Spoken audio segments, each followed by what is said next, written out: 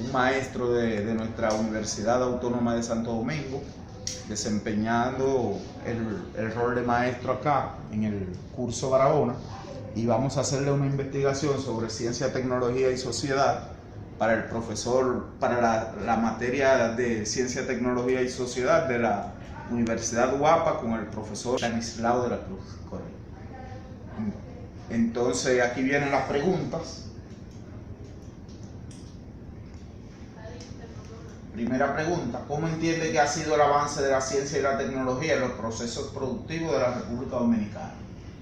Bueno, primero permítanme darles las gracias por concederme el privilegio, el honor de conversar con ustedes. Yo soy profesor adscrito en la Facultad de Humanidades, Escuela de Letras. Soy profesor de Filosofía y Letras. Pero me gustan estas aventuras intelectuales, ¿verdad? Y científicas. Bueno, lo primero que debemos acotar es que el término tecnología ha sido un poco malinterpretado por las nuevas generaciones, porque cualquier quehacer humano que implica una especie de tecnología, es decir, la palabra tecnología, que promana o proviene del griego, es una voz griega, proviene de techne. Techne significa eso mismo, técnica o conocimiento aplicado a un determinado quehacer u oficio. Es decir, que la primera forma de tecnología con que cuenta el ser humano, que usa el ser humano, pues es el propio conocimiento. El conocimiento aplicado a una determinada técnica o a un determinado oficio con el propósito de mejorar, optimizar la vida en sociedad. Es decir, que el concepto de tecnología es indisoluble con el concepto sociedad y con el concepto ciencia. El desarrollo tecnológico en la República Dominicana y científico, pues ha sido un desarrollo trasplantado desde sus orígenes. Es decir, nosotros como grupo humano, como sociedad, somos el resultado, en primer lugar, de una serie de procesos históricos que imbrican o implican influencias exógenas, especialmente de los conquistadores de España, que adelantaron el proceso tecnológico, científico y los avances del desarrollo al incorporar a una sociedad que encontraron en la edad de la piedra pulimentada, una sociedad conchera, una sociedad del sílex. Entonces se revierte ese proceso y se adelanta ese proceso con la conquista y colonización de esta isla. Es decir, que esta tecnología que usaron, primitiva, los taínos, pues es adelantada en cientos de años por ese proceso de conquista y colonización. Es decir, que el proceso de desarrollo tecnológico y científico en la República Dominicana ha ido en zigzag, producto de esas interrupciones históricas y del desarrollo de un capitalismo muy tardío, que Trujillo es que empieza a cimentar una burguesía y se empieza un proceso de industrialización y por lo tanto de incorporación tecnológica. Yo considero que el desarrollo tecnológico y científico en la República Dominicana ha sido un desarrollo tardío. Estamos haciendo el esfuerzo por incorporar tecnología de la informática, tecnología de punta, en los últimos, podríamos hablar de las últimas 2 décadas, se han hecho ese esfuerzo. Correcto. Pasamos a la siguiente pregunta. ¿Cómo valora usted el desarrollo de los estudios CTS en la República Dominicana? Bueno, pienso que las décadas de los 80 y la década del 90 son decisivas en el desarrollo de la tecnología y la ciencia en la sociedad dominicana. Creo que ha sido un desarrollo lento, pero si hacemos una comparación del desarrollo de la tecnología y la ciencia en las diferentes sociedades, específicamente en el área insular, exceptuando Cuba y Puerto Rico, e incluyendo países centroamericanos y latinoamericanos, por ejemplo, en el área de la televisión, en el área de las telecomunicaciones, nosotros hemos avanzado mucho, pero no ha sido, digamos, un desarrollo producto del quehacer científico originario de la República Dominicana. Por ejemplo, yo recuerdo que Codetel, la compañía dominicana de teléfonos, pues integra una serie de tecnologías que para la época eran modernas, la fibra óptica y una serie de cosas, pero nosotros lo que hacemos es absorber tecnología. El problema nuestro está en que nosotros no producimos tecnología, y lo importante para hablar de desarrollo tecnológico es la producción de tecnología, no es la asimilación o incorporación de tecnología a través de emporios tecnológicos, como en el caso de Codetel o Claro. Es decir, que nosotros no somos per se generadores de tecnología, aunque sí se han hecho esfuerzos. Hay un instituto como el ITLA que hace un gran esfuerzo, y en las universidades se ha tratado de hacer algo, pero realmente nosotros hemos desarrollado en el área, por ejemplo, de las telecomunicaciones, especialmente nosotros somos de los primeros países en incorporar una televisión moderna, satelital, una televisión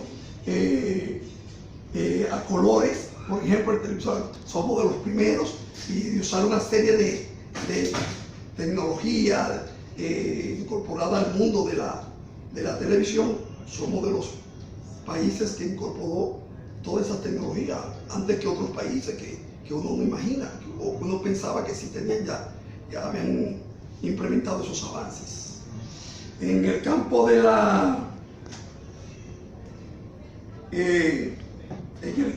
la informática también hemos dado nuestros pasos. Se ha hecho un esfuerzo por difundir y llevar a las escuelas, a los centros de estudio, de educación, por lo menos un intento de crear una cultura del uso de esas herramientas tecnológicas. Creo que poco a poco hemos ido avanzando en ese sentido. La siguiente pregunta dice: ¿cuáles considera usted que serían los nuevos riesgos y desafíos de la CTS en República Dominicana? Bueno, el principal desafío del desarrollo de la ciencia, la tecnología en nuestra sociedad, pienso que es la producción de tecnología.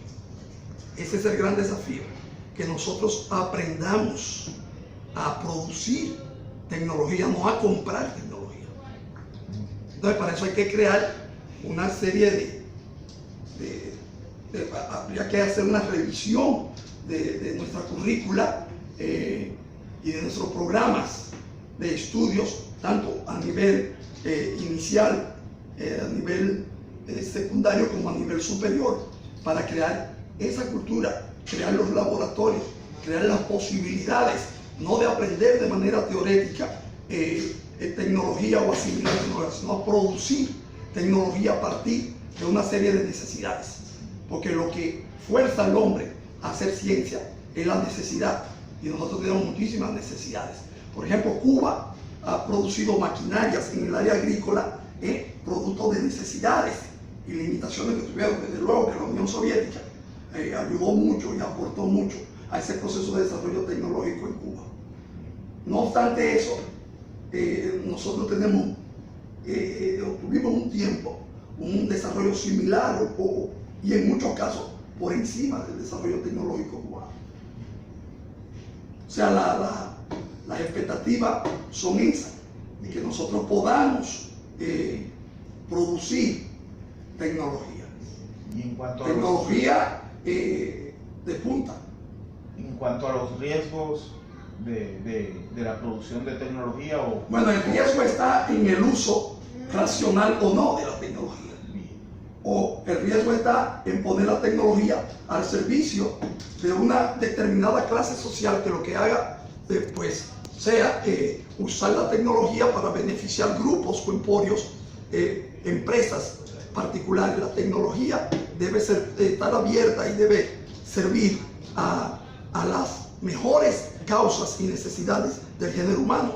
Por lo tanto, el único riesgo que se correría con el desarrollo tecnológico sería ese, el uso desigual, el uso desequilibrado, el uso irracional de esa tecnología.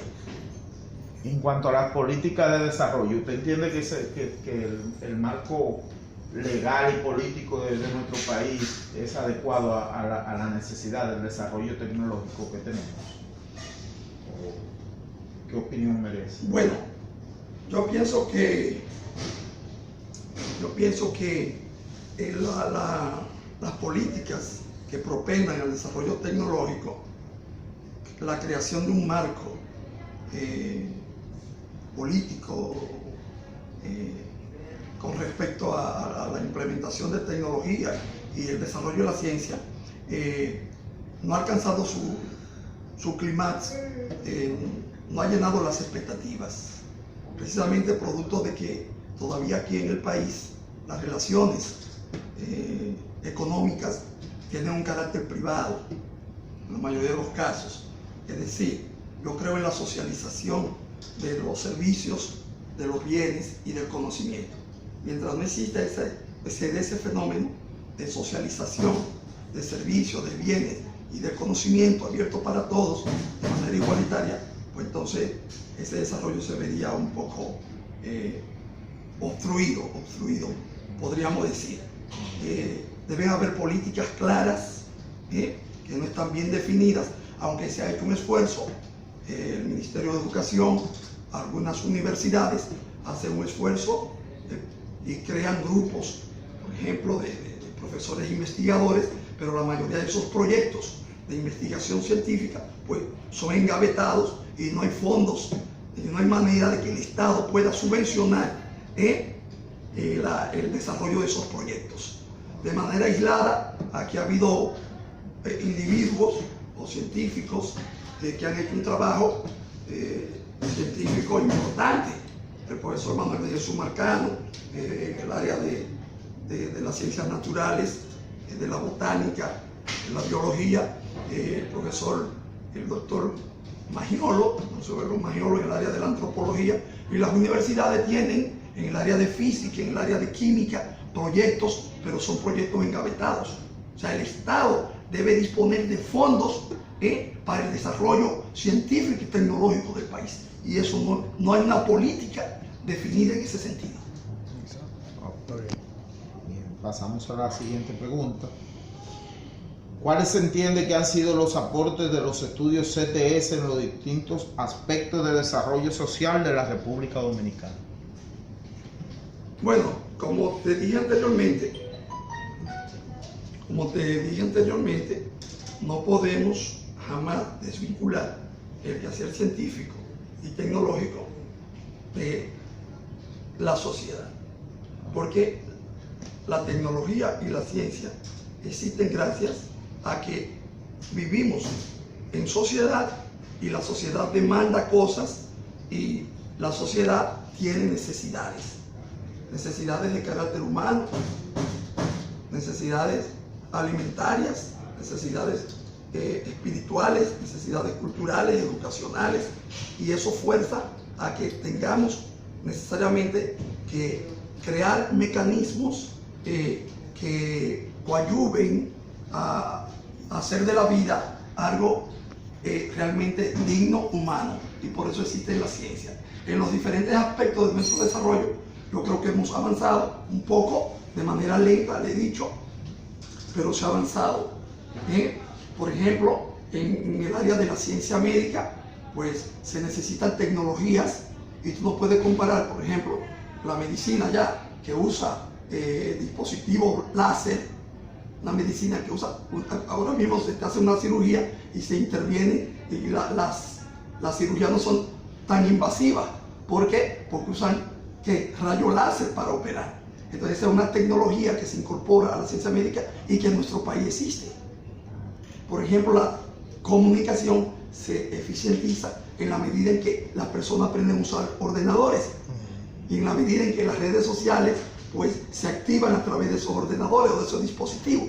Por lo tanto, ese es otro aporte en nuestro país, el desarrollo, el avance de la telecomunicaciones, de la comunicación entre el conglomerado. Es decir, que ha habido avance en la industria, también en la agroindustria, o sea que los avances están ahí y son patentes. Por último, ¿qué usted considera sobre la educación online en nuestro país? Bueno, la educación en línea tiene sus ventajas y tiene sus desventajas, podríamos decir. Lo primero es que la educación en línea permite el descongestionamiento de las universidades y de las escuelas y por lo tanto la preservación de los bienes durante un tiempo mucho mayor, más largo. Esa educación en línea también permite que el individuo desarrolle una serie de competencias y de habilidades que ya dependerán de sus propias iniciativas como investigador. Esa es otra ventaja. O sea, el individuo empieza un proceso de construcción individual del conocimiento y eso es positivo. Ahora, también tiene sus desventajas. Una de las desventajas es que no está, digamos que desvincula un poco el calor de un maestro de manera presencial, o sea, las relaciones afectivas entre el instructor, facilitador o maestro se ven un poco lesionadas, porque el afecto y el contacto humano no es lo mismo que el contacto con una máquina. Eso es, pero no permite también una disponibilidad del tiempo mucho más cómoda, aunque para eso también hay que tener cierta disciplina. ¿De acuerdo? O sea que la educación en línea tiene sus ventajas y desventajas. Bueno, con esta pregunta concluimos. Agradecemos infinitamente a usted, profesor, por tomarle su tiempo para dar nuestra entrevista, que de hecho nos da mucha información y nos ayuda en lo que es el desarrollo de esta materia. Gracias. Gracias a ustedes. Bien. Gracias, profesor. Qué amable. Bien.